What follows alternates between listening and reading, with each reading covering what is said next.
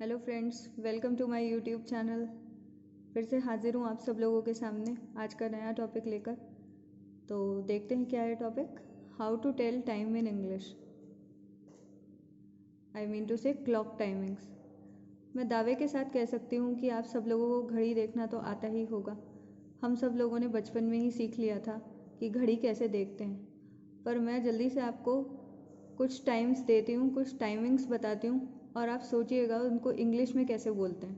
अगर कोई आपसे कहे कि 3:15 को इंग्लिश में क्या बोलते हैं, 6:30 को इंग्लिश में कैसे बोलते हैं, 3:45 को इंग्लिश में कैसे बोलते हैं, चलिए 1 मिनट ले लीजिए। और अगर आप जल्दी से बता सकते हैं तो इस वीडियो को अभी ही छोड़ दीजिए देखना। पर अगर आप नहीं देख पाते हैं, नहीं बता सकते हैं, तो इस वीडियो को पूरा देखिएगा और इसे लाइक, शेयर और सब्सक्राइब ज़रूर कीजिएगा। ओके, तो चलो शुरू करते हैं जल्दी से। किसी ने अगर अपन से पूछा इंग्लिश में व्हाट टाइम इज़ इट, तो आप सोचेंगे कि इंग्लिश में पूछा है, इंग्लिश में ही जवाब देंगे।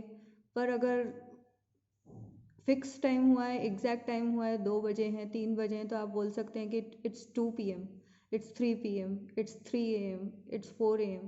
पर अगर किसी ने आपसे पूछा कि टाइम क्या हुआ है और टाइम हुआ है 2:45 और आप हो गए हैं कन्फ्यूज़ कि कैसे जवाब दें, हमें तो ये आ रहा ही नहीं है, कैसे बोलें इसको। और सिंपल सा तरीका अपन ये समझते हैं कि 2:45 PM बोल देते हैं।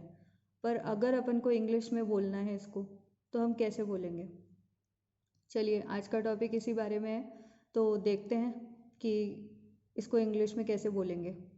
चलो ठीक है, देखते हैं कि अगर टाइम हुआ है कि अगर ऐसे बोलना है कि इतने बजकर इतने मिनट हुए हैं। सपोज़ टाइम हुआ है 2:10, तो इसको अपन को इंग्लिश में कैसे बोलना होगा।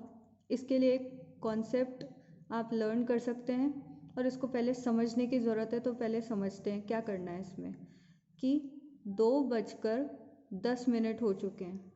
तो इसके लिए अपन एक कॉन्सेप्ट लगा सकते हैं यहाँ पर कि सबसे पहले अपन लिखेंगे मिनट, फिर लिखेंगे पास्ट। पास्ट मतलब हम सब समझते हैं कि जो समय बीत चुका है। फिर उसके बाद अपन लगाएंगे आवर।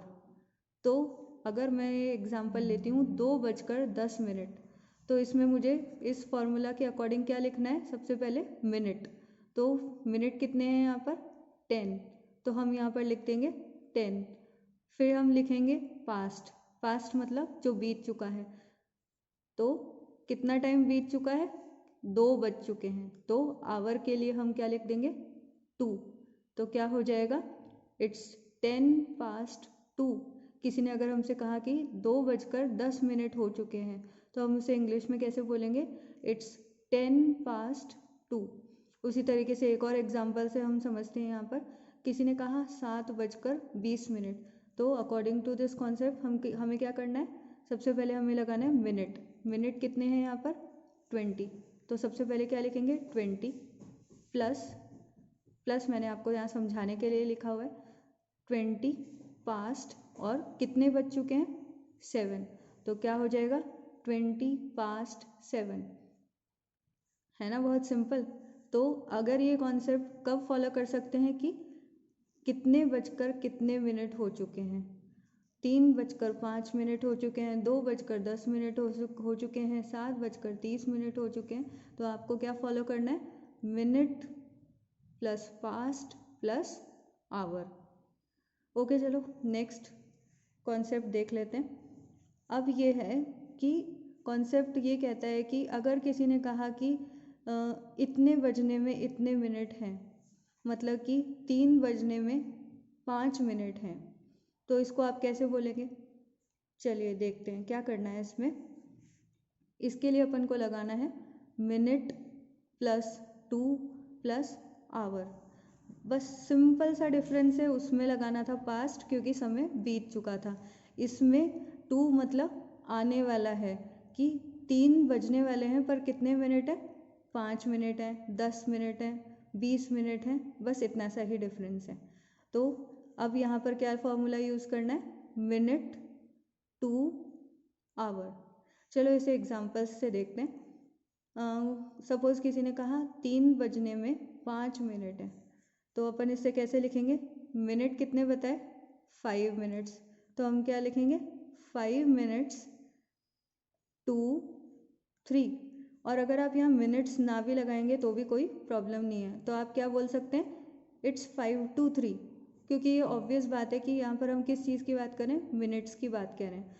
फिर भी अगर आपको मिनट्स यूज़ करना है तो इट्स योर चॉइस, तो आप लिख सकते हैं 5 minutes to 3 या 5 to 3।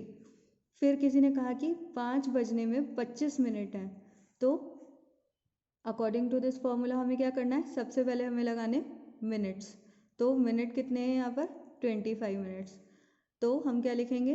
25 मिनट्स टू 5, 5 बजने में 25 मिनट हैं। ठीक है, आई होप आप लोगों को ये फॉर्मूला समझ में आ रहा होगा। चलो फिर देख लेते हैं नेक्स्ट क्या है कि अगर 30 मिनट्स है, सपोज 7:30 बजे हैं, तो उसके लिए अपन क्या लिखेंगे? हाफ। और अगर 15 मिनट्स हुए हैं तो हम लिखेंगे क्वार्टर।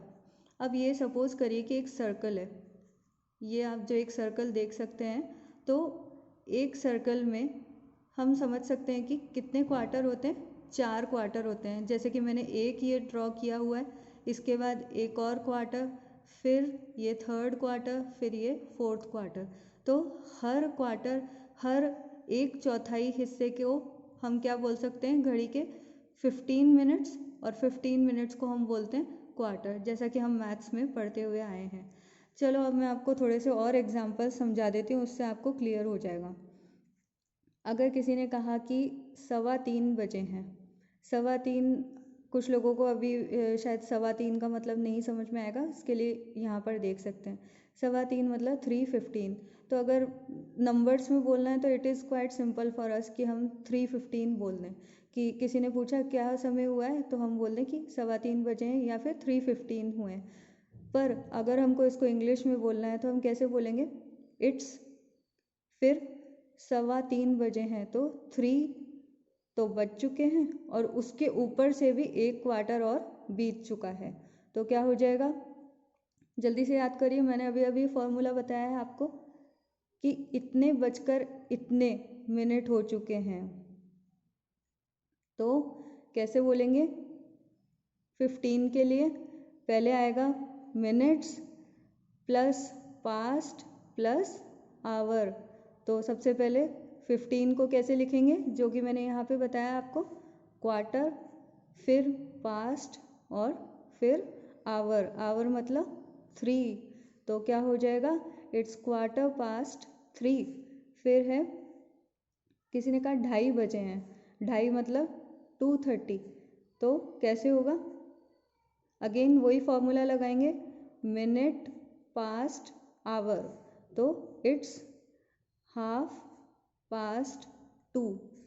फिर है किसी ने कहा 3:45 बजे हैं, 3:45 मतलब 3:45, तो 3:45 बजे हैं मतलब 4 में कितने मिनट कम है? एक क्वार्टर कम रहता है, मतलब 15 मिनट कम है। तो कैसे लिखेंगे?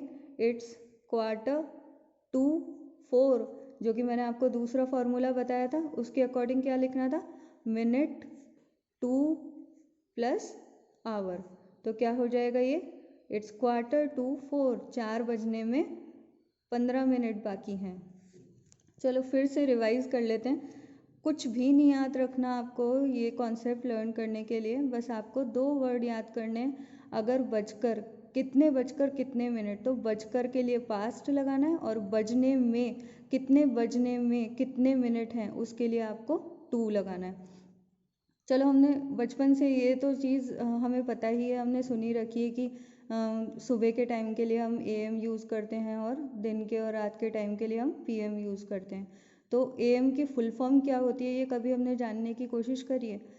तो अगर जो लोग नहीं जानते उनके लिए आज मैं बता रही हूँ। इसको AM को हम बोलते हैं एंटे मेरिडियम।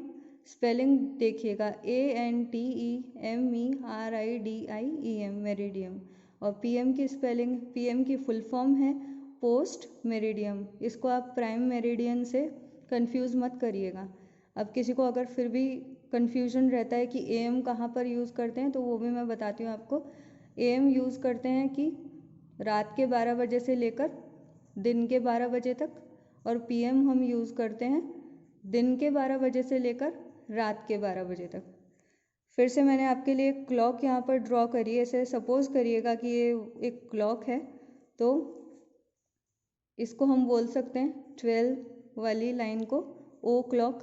जैसे कि आप देख सकते हैं यहाँ पर 4 o'clock हुआ है, तो यहाँ के लिए हम देखेंगे इट्स 5 past 4।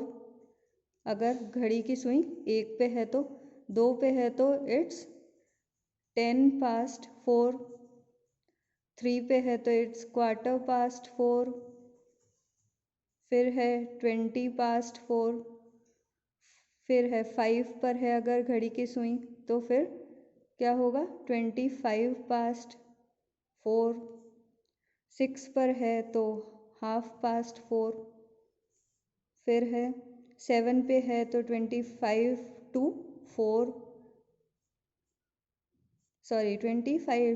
5, फिर है 8 पे है तो 20 to 5, फिर है 9 पर है तो 4:45, फिर है 10 पे है तो 10 to 5, 11 पे है तो 5 to 5, 5 बजने में 5 मिनट है।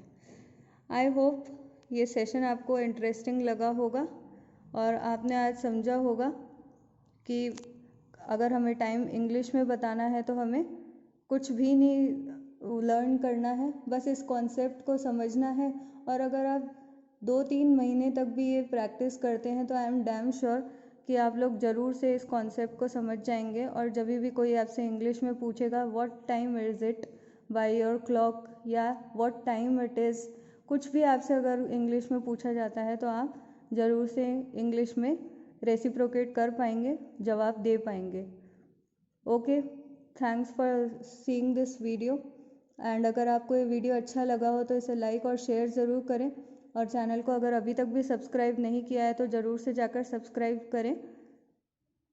ओके, और कमेंट बॉक्स में ज़रूर बताएं कि ये सेशन आपके लिए हेल्पफुल रहा कि नहीं, आपने इसको पसंद किया कि नहीं, और अपने कोई भी एक्सपीरियंसेस इस वीडियो से रिलेटेड, इस टॉपिक से रिलेटेड जो भी रहे हों वो ज़रूर मुझसे शेयर करें।